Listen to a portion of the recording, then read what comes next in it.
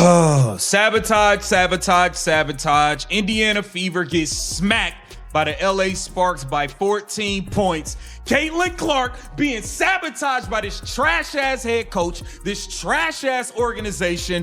Trade her already. Just trade her. This is garbage, bro. I'm sick of watching this stuff. She was sabotaged today. The most she played was 3 minutes and 10 seconds at one time. Look at that face. That's not just anger. That's pure disgust. That's the look of a man who just watched what he thinks was a deliberate hit job on the league's biggest name. And after Tuesday night in LA, you almost can't blame him. The Indiana Fever fell to the LA Sparks, down 14. Now, losses happen in this league all the time.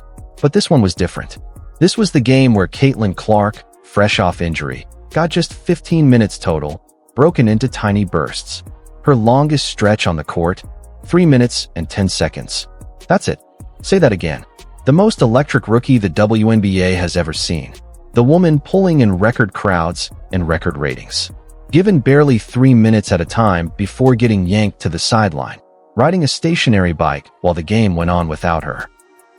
You mean to tell me the bright idea, the huge reveal for the Indiana Fever, the plan for Caitlin Clark is we're going to play her for 2 minute spurts and then we're going to take her out and she's going to go sit on the bike for 15 minutes. Then we're going to put her in. She's going to play 2 minutes. Then we're going to take her out. She's going to go sit on the bike again. Like dog, if this was the plan, just don't play the girl. Just don't play her until she's ready to play them. Caitlin Clark is a rhythm player, which is why she could not make no shots today, because you cannot get a rhythm when you are playing in 2 minute spurts. It's never going to happen, man. And here's why this really stings. Caitlin Clark isn't built like other players. She's always been a rhythm player, going all the way back to Iowa. Her best games happened when she found a flow, when she could read the defense and settle into the game. You can't build that rhythm in 2 minute bursts. It just doesn't work that way. Not physically, not mentally. The body needs time. The mind needs time. Think about it simply. She checks in, runs the floor a few times, maybe gets a shot or two if she's lucky, then she's back on the bench. By the time she cools down and hops on that bike, her legs are already shutting off. Then, 15 minutes later, she's expected to check back in and play like nothing happened. Cold legs. No rhythm. No flow. That's not how you protect a player coming back from injury. That's the opposite of it. Look at this shit. I'm over it. Pardon the language. I'm done. I'm done. Screw Stephanie White. Screw the Indiana Fever. Screw Amber Cox. Fuck them all. Fuck them all. I don't care. Pack them up. Just trade her already. She's already in Los Angeles. Just finalize the trade. It is clear that you guys don't want her. Y'all are not building a team around her. You guys are building the team around Kelsey Mitchell. Kelsey Mitchell can score the ball. I'm not taking away from Kelsey. She's a ball hog, but she can score. She had 29 today. She picked it up in the second half. She was shooting like 30% in the first half. Second half, she started lighting it up. I'm not taking away from her. Build the team around her and get rid of Kate. Now this is where it gets interesting. If this was really about protecting Clark's health, about making sure that injury didn't flare back up, the smart move was simple. Sit her completely. Let her heal all the way. Bring her back only when she's ready to play her normal 25, 30 minutes a night. Instead, they picked the worst possible middle ground. 15 minutes total. 4 for 12 shooting. 1 for 6 from 3. 9 points, 3 assists, for turnovers. On paper, that's a rough night. But numbers don't tell the whole story here. She finished at -16. That means every time she stepped on the floor, the Fever got outscored badly. Now watch what happens next. Analysts will grab those stats and run with them. They'll say she struggled. They'll say maybe she's overhyped. They'll use one bad box score as proof. But here's what that box score won't show you. It won't show that she never once settled into a rhythm. It won't show that every time she found her footing, she got yanked right back out. It won't show a coaching staff putting her in a spot where struggling was basically guaranteed. If someone wanted to make their franchise player look bad on purpose, this is exactly how you do it. Do the Stephanie White, Kelsey Mitchell thing and let them do their thing. Trade Caitlin Clark. Let her stay in Los Angeles. Just get rid of her now. Just get rid of her now. The plan was garbage. The most Caitlin Clark played at one time The most she played was 3 minutes and 10 seconds. Now, I get it. She's on a minutes restriction. If the minutes restriction was for Caitlin Clark to play 15 minutes, what is the point? What is the point? If she can't play at least 22, 23 minutes, there's no point in playing her. What's the point in playing her 15 minutes? It's no point. It was stupid. And I feel like this is sabotage to minimize her stats. The girl had 9 points today. 9 points and 3 assists. Her stats are about to tumble now. Now flip over to the other side of the ball, because this makes things even worse for Indiana. Ray Burrell, a player who's been average her whole career, suddenly turned into an all-star. 22 points on 9 of 15 shooting. Ari Atkins, who'd been ice-cold lately, found her shot with 12 points. De'Erica Hamby dropped 21 and grabbed 9 boards. And Nneka Ogwumike ran the show with 24 points, 8 rebounds, 5 assists. 4 Sparks players scored in double figures. They shot efficiently. They owned the paint. They won the boards.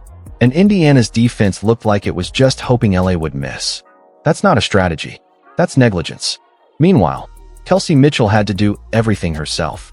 29 points, 9 of 18 from the field, and 5 of 9 from deep in the second half alone. She was basically carrying the team on her back. Lexi Hull chipped in 14 points, but after that, nobody else showed up. Monique Billings pulled down 12 boards, but did little else. Michaela Timpson scored 12, but most came once the game was already decided. Raven Johnson shot 1 for 9, 0 for 3 from 3.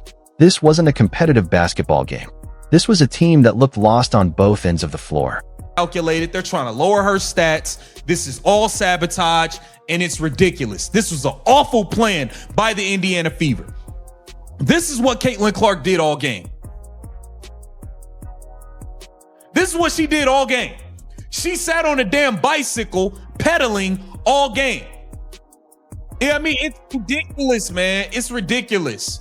And then, I mean, she gets benched in the fourth quarter. She gets benched after a turnover. Kelsey Mitchell never gets benched after her turnovers. Ever. This is ridiculous, man. I am done with this team. I am done with this staff. I just want them to blow it up already. She's not even playing tomorrow. Why play her for if she's not playing tomorrow, why can't she just play today? Something is seriously wrong in Indiana, and Aaliyah Boston not playing a single minute proves it. Not 1 minute. 0. The team's second best player, their anchor down low, the most reliable presence they've had all season, sitting on the bench in street clothes. The official word was rest and recovery. But think about what that actually signals. You're running Caitlin Clark out there in 2-minute bursts, wrecking any shot she has at finding rhythm. And at the same time, you're sitting Aaliyah Boston out completely. That's basically telling the Sparks you're not taking this game seriously. That's telling your fans the regular season doesn't matter. That's telling the whole league you care more about some internal load management theory than actually winning basketball games. Now, that kind of approach can work in certain situations. Think of the Spurs resting Tim Duncan back in 2014, once they'd already locked up a playoff spot and were just managing his legs before the postseason. But the Fever aren't in that spot. They're not a dynasty coasting through the schedule. They're a franchise that struggled for years and finally landed a generational talent. A team that should be building chemistry and confidence, not running strange rotation experiments that set their own players up to fail. The coaching staff had to know this wasn't going to work. They had to know 2-minute stretches would never let Clark get comfortable. So either this is incompetence, or there's something else going on. And that's exactly why the sabotage talk is picking up steam.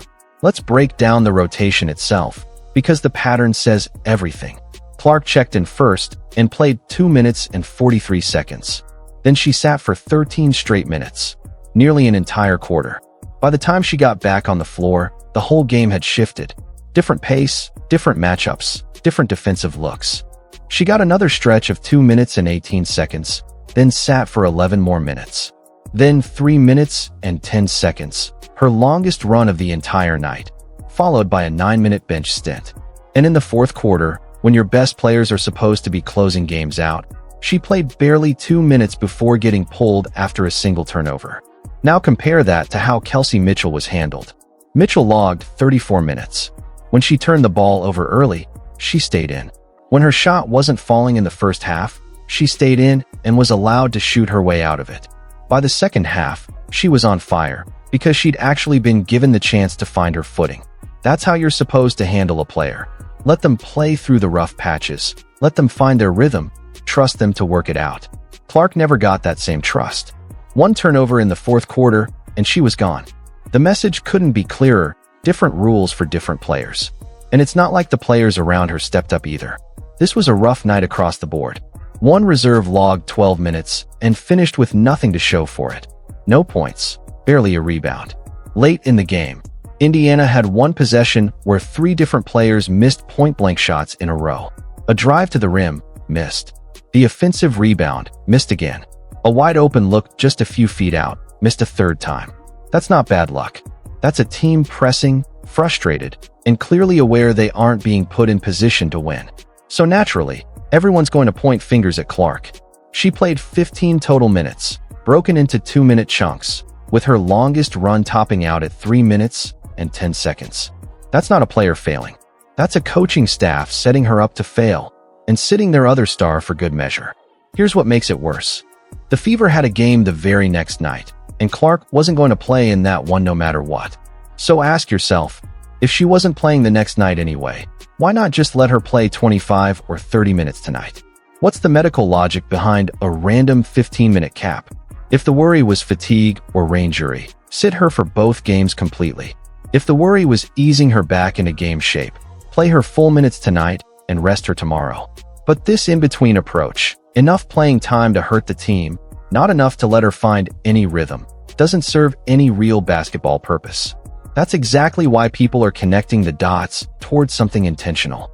Once you rule out every logical basketball explanation, you're left with a coaching staff that looks more interested in making a point than winning games. Maybe the point is that the team doesn't revolve around Clark. Maybe it's that Mitchell is supposed to be viewed as the true star. Maybe it's simply that rookies need to know their place. Even a rookie who's the most decorated player in college basketball history and the single biggest draw the league has ever had.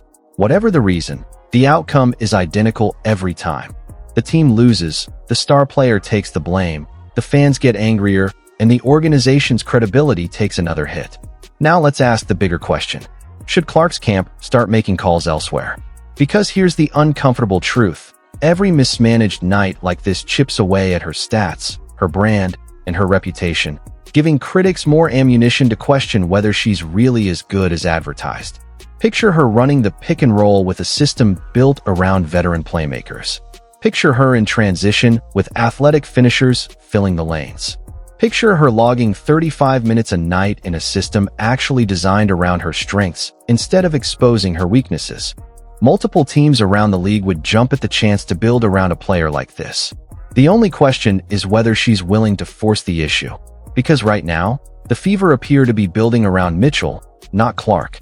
Mitchell gets the minutes, the plays drawn up for her, the green light to shoot whenever she wants.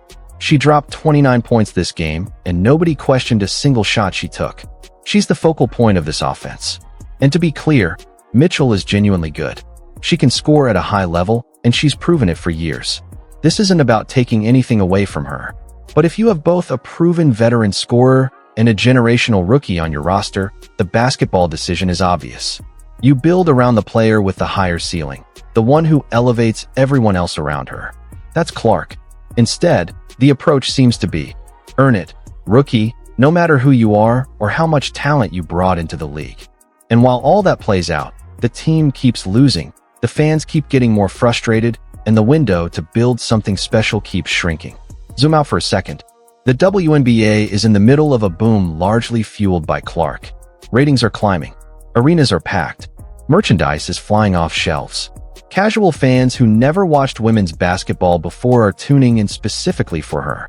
And every time she plays 15 minutes in 2-minute chunks, some of those new fans watch her sit on a stationary bike all night and decide it's not worth their time. Every time she shoots 4 for 12 because she never found a rhythm, critics get louder. And every blowout loss shifts the story from exciting team on the rise to dysfunctional organization wasting generational talent. The most frustrating part, none of this had to happen. If the staff had simply said, "She's not ready. We're resting her fully this week," fans would have understood. Instead, they chose the one option that helps nobody, just enough playing time to take the blame, not nearly enough to make a difference. So here's where it stands. Is this incompetence, or is it something more deliberate? Probably a bit of both. A staff too stubborn to adjust their system to fit the players they actually have. And in this league, that stubbornness is a guaranteed path to more losses. The teams that win adapt. The teams that lose force players into roles that don't fit and let ego drive every decision. Right now, Indiana is squarely in that second group, even with a young core other franchises would kill for. So here's the real question heading into the next game. Does this pattern continue, or does someone finally step in and fix it? Let us know what you think down in the comments. Do you believe this is a coaching failure or something worse? And if you want more breakdowns like this one, make sure you're subscribed so you don't miss what happens next.